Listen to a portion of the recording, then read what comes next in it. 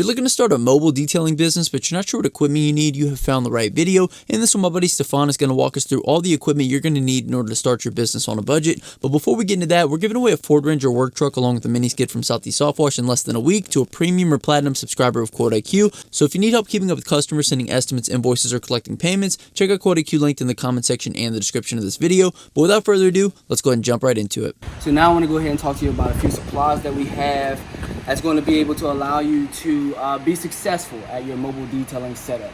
The first thing we're going to talk about here is our air compressor. The air compressor is only 2 gallons, I believe, 2.5 gallons, because why? Obviously, if you're starting off in a mobile detailing van or a sedan, you don't necessarily want to buy the biggest air compressor that you can find, obviously for spacious purposes. So a 2-gallon air compressor can do you some justice. This one is a rigid. You can get it from Home Depot for around $130, just depending on the area that you're in. We also have a hose that's around 50 foot so that we don't have to keep traveling the air compressor from station to station. We can set it up in one spot and use the air hose as mobility rather than carrying around a heavy air compressor over and over. Another thing that I like to use with my air compressor here is a DeWalt drill. This drill is mostly for carpets. It gets up the stains per se, or just heavy embedded dirt into the carpets. It's going to make it easier than using this. We still have this, the traditional brush to, scrub the carpets and things of that nature. But when you have a drill that's, faster than this, obviously you want to cut down on the physicality of the job. So you want to get you one of these and, a couple of utility detailing brushes just for hard to reach spaces. The next thing that I want to talk about here is obviously going to be the bucket methodology and things that we use. We use 4 buckets, as you can see. 1 bucket for tires, 1 bucket for interior, then 2 buckets for washing. We don't like to necessarily use 1 bucket for everything, because now you're transferring dirt and all the contaminants into places that you really don't want to. So we use a tire bucket just for tires and undercarriages and things that has rocks and sand, so that we don't transfer that back into the paint, causes obviously swirls and scratches. Or why else would you be hand washing if you're just going to hand wash the incorrect way anyway, right? So then you have this next bucket here just for interior. You don't really need no fancy anything, just a bucket with some water so that you can rinse your towel after you gather up the contaminants and nastiness from the inside. One thing else that I do want to tell you about the tire bucket, to revert back, is you're going to use 2 chemicals. You're going to need tire and wheel cleaner. You're going to need something very heavy duty to pull off the old oils, tire dressings, just nasty gookiness. You're going to need something heavier than an all-purpose cleaner to remove those things. You're also going to need an all-purpose cleaner for the wheel wells and floor mats and things of that nature, just because you don't need heavy-duty things for the wheel wells. So all-purpose cleaner and heavy-duty wheel and tire cleaner is something that you're going to need for your tire bucket. You can get those things generally from your local Advanced Auto Parts, O'Reilly's, and they're generally range around $10 to $15 per product. The next thing you're going to need is a steam cleaner. Steam cleaners for things like removing gum from carpets, removing gum from cup holders, deep cleans on leather. Steam cleans, pick those things up and allow you to have just a better clean than just spraying and wiping. It's going to actually pick up the embedded grain. The next thing, obviously you're going to need a vacuum. You can get that along with the steam cleaner. Each one is going to cost you $100. $100 for the vacuum, $100 for the steam cleaner. You can get that steam cleaner at Harbor Freight, or you can buy a more expensive steam cleaner. They generally all do the same thing. You just need one that's just going to give you what you need it for. If you don't have a lot of money, start out with the Harbor Freight steamer. It's not that expensive, and it's going to do what you need it to do, and that's okay. Rigid vacuum, boom, you're good to go.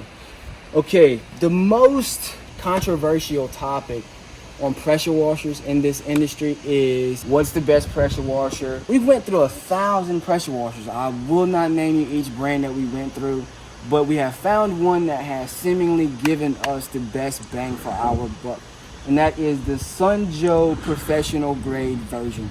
I think we paid around $550 for the pressure washer, and it's lasted us for about a year and a half. We've bought so many pressure washers before that's only lasted us 4 to 6 months max, and with volume. But this pressure washer has been able to, you know, give us what we need as far as PSIs, because this one is around 12 to 1300 PSI. It has given us that much amount of pressure, so that's good. And it also has allowed us to carry out the amount of volume that we need to carry out with having the ability to wash 4 and 5 cars a day. You're going to want to do that for 5 days a week, 52 weeks out of the year. So if you can't buy a pressure washer that does that, you don't want to really do that. And I do stand by the Sunjoe pressure washer. Last but not least, you're also going to need a ladder, a step ladder. You don't necessarily need the biggest ladder, but a step ladder, just for simple purposes of when you're doing larger vehicles that you cannot stand on, you know, get at eye level height. You're gonna need to climb the ladder, get up to the top of that thing to wash. That was not last. I want to talk about one more thing before we leave this channel. So here in my wash bucket, I have literally 4 different tools that we use. 2 for washing. We do not use any sort of brushes for washing. We use this for the bottoms because we will not put our wash mitts on the bottom, simply for the fact of we don't want to transfer what's on the bottom of the car up to the top, creating swirl marks. And then we have one more mitt for bugs here. So one thing that we like to do with our wash process is we'll do all the tops first. And how there's this body line here on my van, we'll stop here when we're washing with the first 2 wash mitts. After we went around the entire vehicle washing, we will then come back with the lower level wash mitt and do all of the bottoms, because now we're not transferring rocks or whatever the case may be from top to bottom.